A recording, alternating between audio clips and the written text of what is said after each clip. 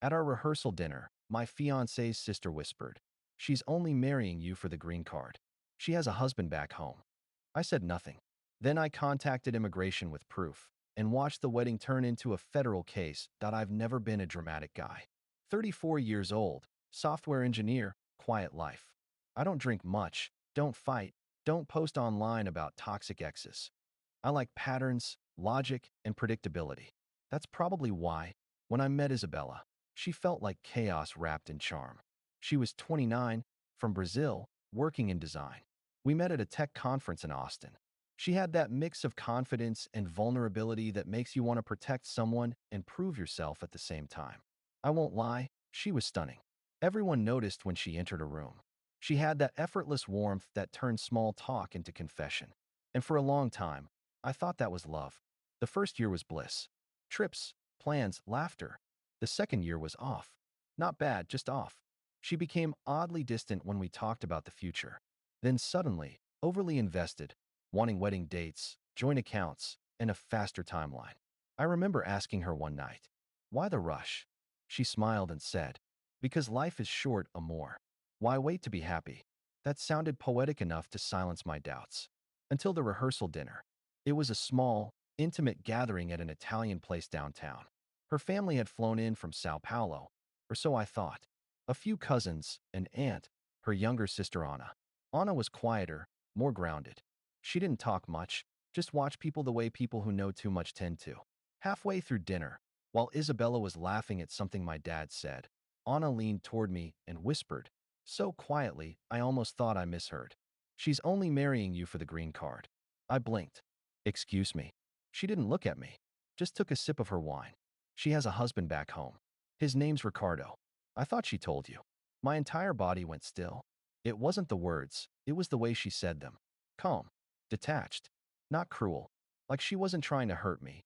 Just hand me the truth and let me decide what to do with it. Before I could respond, she added softly, "Don't say anything now. Just check her WhatsApp." Then she stood up, excused herself, and left the table. That night, after everyone went home, I sat alone in my office and opened her iPad. She'd synced it to my Apple ID months ago, so she could use the bigger screen for her design projects. She'd probably forgotten that it still backed up her messages. I shouldn't have looked, but I did. Within minutes, I found them, messages in Portuguese. Dozens. Meio amor, so mês algumas semanas. Assim que tiver visto, volto para ti buscar. Ele acredita, tudo. I used Google Translate. "My love, just a few more weeks. As soon as I get the visa, I'll come back for you." He believes everything. There were photos too, of her and him. Wedding photos. From 3 years earlier. My stomach dropped. I didn't sleep that night. Not out of heartbreak, out of calculation. If Anna was telling the truth, Isabella wasn't just lying to me. She was committing immigration fraud. And I was about to become the idiot holding the evidence. So I did what I do best. I documented everything. Screenshots, timestamps, iCloud backups, emails confirming her travel dates, her visa renewal forms. Then I called a lawyer friend, Marcus, who used to work for USCIS compliance. I told him what I'd found. He went silent for a long time, then said, "You have enough to open an investigation. But if you act now, act clean. No confrontation. No emotion." The next day, I went through with the motions, the venue walkthrough, the family brunch, the polite smiles. Isabella was glowing, affectionate, perfect. It was almost surreal watching her hug me, knowing what I knew. By that evening, I had compiled a complete report, everything Marcus told me to gather.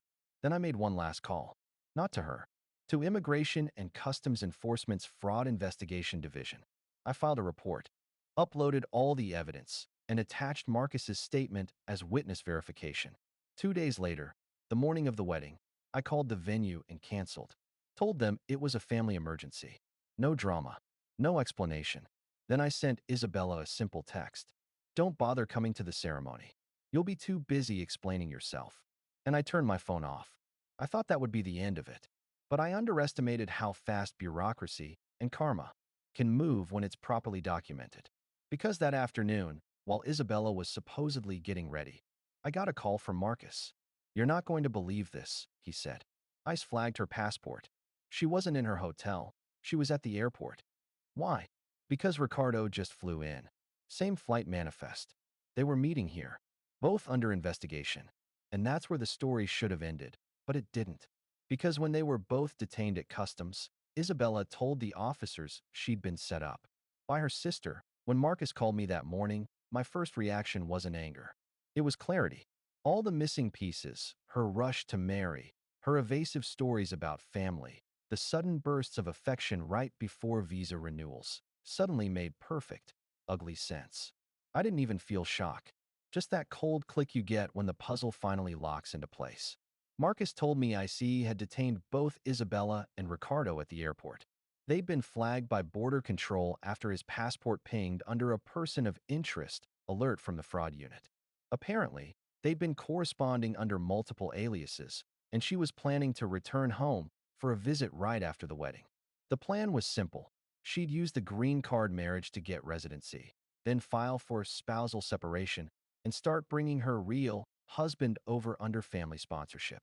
It was textbook immigration fraud, and I'd been the mark. 2 hours later, I got a call from Special Agent Monroe with the Fraud Investigation Division. Professional, calm, careful. Mr. Wright, I want to confirm that you're the complainant who filed Report 738B? Yes. You submitted digital evidence, including message backups and financial correspondence, all verified and time-stamped. Excellent, he said. We're processing both parties. There will likely be an interview for your statement, but based on what we've seen so far, your involvement is considered that of a cooperating victim, not an accomplice. It was surreal hearing the word victim in that dry, procedural tone, because I didn't feel like one. I felt like someone who'd just prevented the wrong kind of marriage, not just legally, but existentially. By afternoon, the story was already spreading. Someone at the airport had filmed a short clip, a woman in a bridal robe screaming at officers while a man in cuffs shouted in Portuguese. It hit local Twitter within hours. The caption read, "Bride and groom arrested at terminal, suspected immigration scam." I didn't share it, didn't comment, didn't even watch it twice. But I knew. And so did Anna. She called me that night. I hesitated before answering, but eventually picked up. Her voice was trembling. "You did it, didn't you?" I reported it, yes. Silence. Then, "Thank you." That threw me off. "You're thanking me?" I tried to stop her, she said quietly. She told me I was jealous, that I didn't understand her plan. Ricardo's been using her for years. He's older, manipulative. She thought she was running the scam, but she was just another pawn.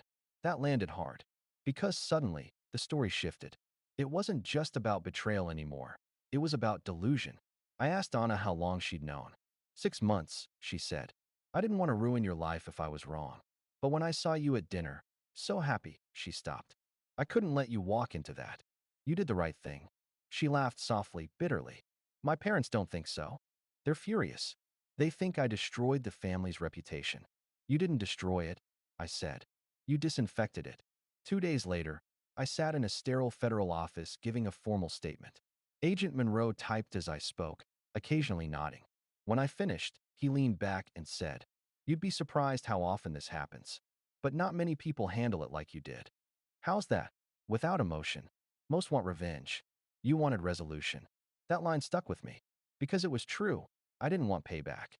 I just wanted peace. A week later, I received an official letter. Case closed. Immigration fraud/conspiracy to commit misrepresentation. Both Isabella and Ricardo had confessed. She claimed emotional coercion. He claimed mutual misunderstanding. In the end, it didn't matter. She was deported. He was barred from re-entry for life. I didn't attend the hearing. Didn't need to. Marcus sent me a copy of the judgment for record keeping. I filed it away under personal/legal/closure. About a month later, Anna texted again. She's gone. Back home. I don't know if I should hate her or pity her.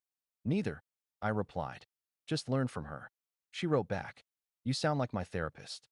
Occupational hazard of being betrayed efficiently, I typed. She sent a half-laugh emoji. We didn't talk much after that.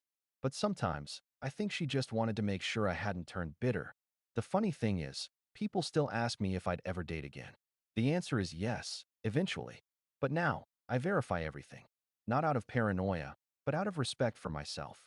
Because trust isn't blind anymore. It's earned, reviewed, and properly documented. The venue refunded half the deposit. The rest, I donated to a local immigration advocacy nonprofit. Irony aside, I didn't want the system to feel like vengeance. It should feel like balance. And as for Anna, she eventually moved to the US on her own visa. Legally, independently. She sent me a photo once, standing in front of her new apartment with the caption, "No shortcuts, just peace." I smiled, because that's exactly what I wanted too. Update 1. It's been 7 months since the wedding that wasn't. You'd think something like that would leave a scar, but honestly, it left more of a blueprint. Because once you've lived through deception that detailed, you stop being reactive. You become procedural. I don't get startled anymore. I document. I verify. I breathe. About a month ago, I got a call from an unfamiliar number. I almost didn't answer, but something told me to pick up. "Mr. Wright? This is Special Agent Monroe." I hadn't heard that name in months. He sounded different now, lighter. "I hope this isn't bad news," I said. He chuckled. "No, quite the opposite. We're putting together a new training module for immigration officers, focused on recognizing interpersonal fraud indicators. Your case came up as an example of cooperation done correctly." I blinked. "You mean me?" "Yes. Most cases get emotional, messy, obstructive.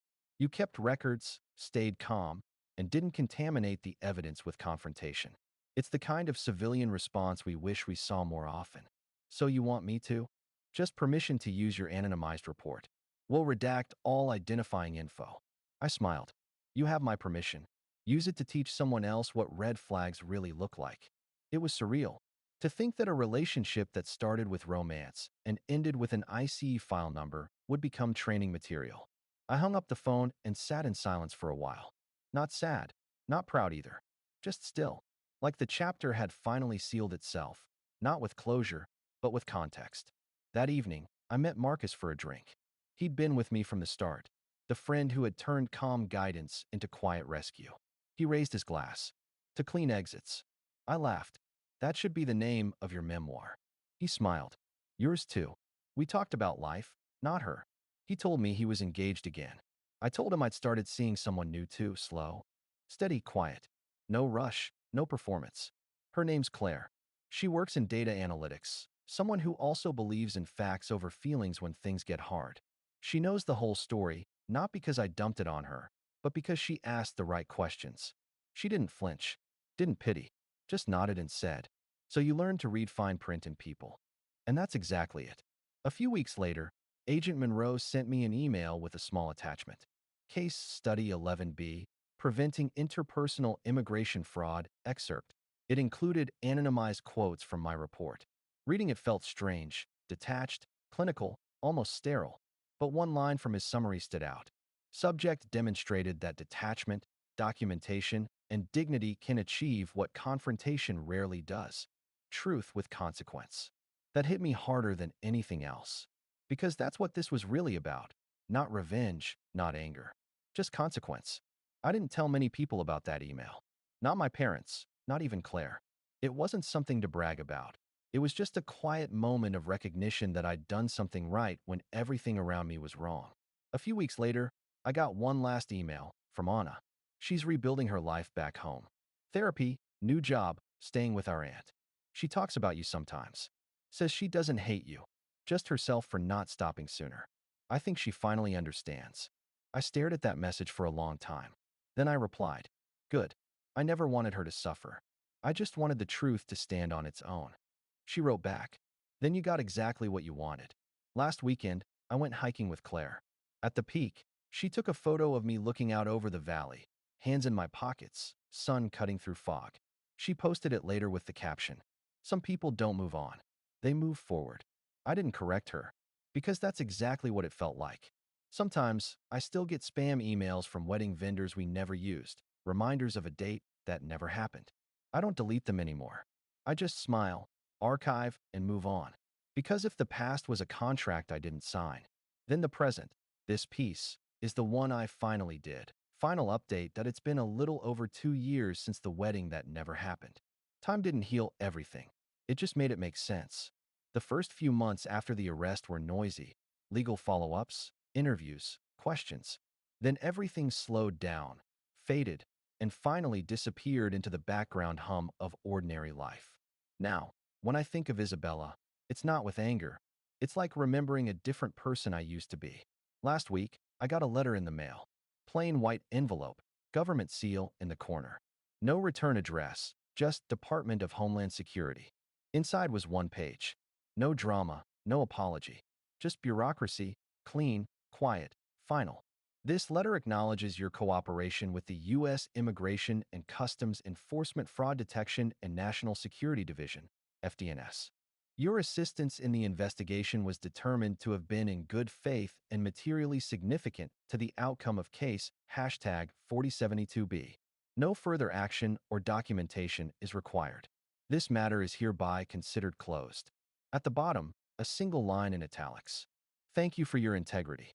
That was it. No signature, no stamp, just closure in its purest, most bureaucratic form. I stood in my kitchen for a while, rereading it under the morning light. It didn't feel triumphant, it felt quietly fair. Like a weight I'd forgotten I was carrying had been silently set down. I folded the letter, slid it into a folder labeled personal/legal, and filed it away. Then I brewed a cup of coffee, opened the balcony door, and realized that's the first government document I've ever received that made me feel lighter. Claire came over that evening. She found the envelope on my desk. Is this it? She asked. Yeah, I said. Case officially closed. She smiled. How does it feel? I thought for a moment. Like it never should have been a case in the first place. She nodded. But at least you handled it like one. Later that night, as we sat on the balcony, she asked me something I didn't expect. Do you think she ever loved you? I watched the city lights for a while before answering. Maybe, I said. But love without honesty is just manipulation with better branding. She didn't respond, just rested her head on my shoulder. And for the first time in years, I didn't feel like someone rebuilding. I felt like someone who'd finally stopped living inside the wreckage. I've kept one reminder from all of it. Not the legal documents, not the screenshots. Just a photo from that rehearsal dinner, the last moment before everything cracked. In it, she's laughing, and I'm looking at her like the world hasn't shifted yet. I don't hate that photo.